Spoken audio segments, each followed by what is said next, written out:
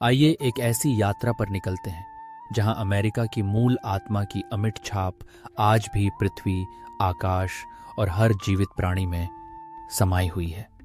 उत्तर America के पहले निवासियों की आस्थाएं उतनी ही विविध और गहराई लिए हुए हैं जितनी इस विशाल भूमि की भौगोलिकता।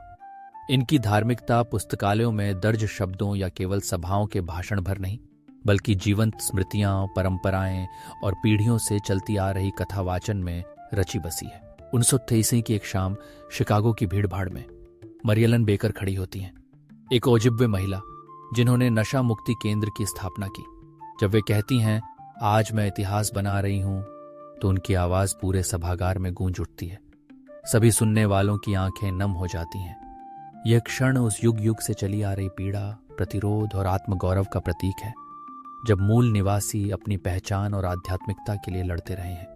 जिन्नी जो एक नवाजो महिला अपना बचपन याद करती हैं, जब वे सूर्य को अर्पण देकर समस्त मानवता के लिए प्रार्थना करती थीं, और उस दुख भरे समय को भी जब गांव के बच्चों को उनके परंपरागत विश्वास त्यागने पर मजबूर किया गया। 100 वर्षों तक उनकी धार्मिक प्रथाएं प्रतिबंधित रहीं, उनके लिए पूजा और प्रार्थना तक अपराध था। आज ये जब वे कहती हैं, अब हमारे पास भी धर्म है, तो उसमें गहरा व्यंग्य और अनकही वेदना छुपी है। इन सब विविधताओं के बावजूद एक केंद्रीय सूत्र है, प्रकृति से गहरा जीवंत संबंध।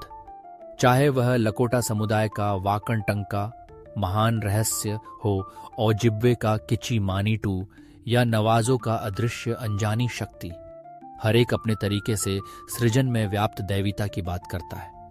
यह सार्वभौमिकता वैदिक दृष्टिकोण से मेल खाती है, जहां अग्नि, सूर्य, वायु, नदियां देवी देवता स्वरूप मानी गई हैं।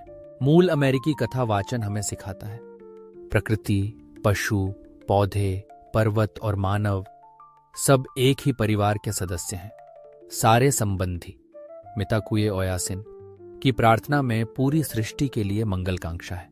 सीख यही है, प्रत्येक कार्य, प्रत्येक संबंध में आदर, विनम्रता और विश्वास को जीवन में उतारना। संस्कारों की शुरुआत बचपन से होती है। बच्चे स्वयं का, पड़ोसियों का, फिर पूरे समुदाय का आदर करना सीखते हैं।